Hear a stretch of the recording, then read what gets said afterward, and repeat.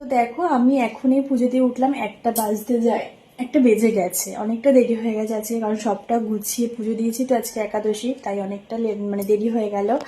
আর আজকে পৌষ মাসের শেষ একাদশী আর মকর সংক্রান্তি, সেই উপলক্ষেই গোপুসোনা যতটুকু জোগাড় করে দিয়েছে ততটুকুই ওর সামনে সাজিয়ে গুছিয়ে দিয়েছি, সেটাই তোমাদের সাথে শেয়ার করি। তো চলো দেখো, এদিকে এই যে সমস্ত রকম ফল কেটে গুছিয়ে নিয়েছি, আর এদিকে তো সকালবেলা তো দিয়েছিলাম চালের গুঁড়ো টুড়ো দিয়ে, দেখো এই যে এখানে পুজো দিয়েছিলাম, তুলসী তলায় দিয়েছিলাম।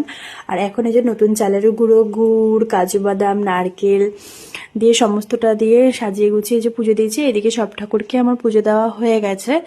আর আজকে ফার্স্ট টাইম গোপুসোনা দেখো আঙুর ফলের মালা পড়েছে, খুব ইচ্ছা ছিল, অনেকদিন ধরে ভাবি, তো কালকে বাবাকে বলাতে বাবা নিয়ে এসেছিল আঙুর ফল।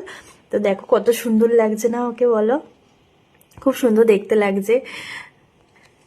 তো ওকে এত সুন্দর করে সমস্তটা গুছিয়ে দিলে যে মনটার মধ্যে এত শান্তি লাগে, এত শান্তি লাগে, মানে এই শান্তিটা মনে হয় কোথাও খুঁজে পাই না আমি। যাই হোক, সন্ধ্যাবেলা আবার ওর জন্য পিঠে করা হবে।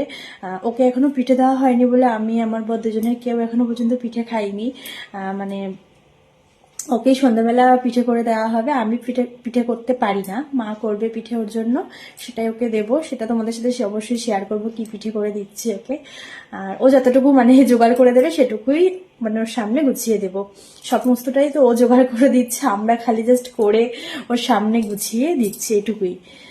যাই হোক, মনটার মধ্যে খুব ভালো লাগছে, আর আমার গোপুসোনাকে আজকে একদম অন্যরকম লাগছে। তোমরাও বলো কেমন লাগছে। তো চলো, টাটা।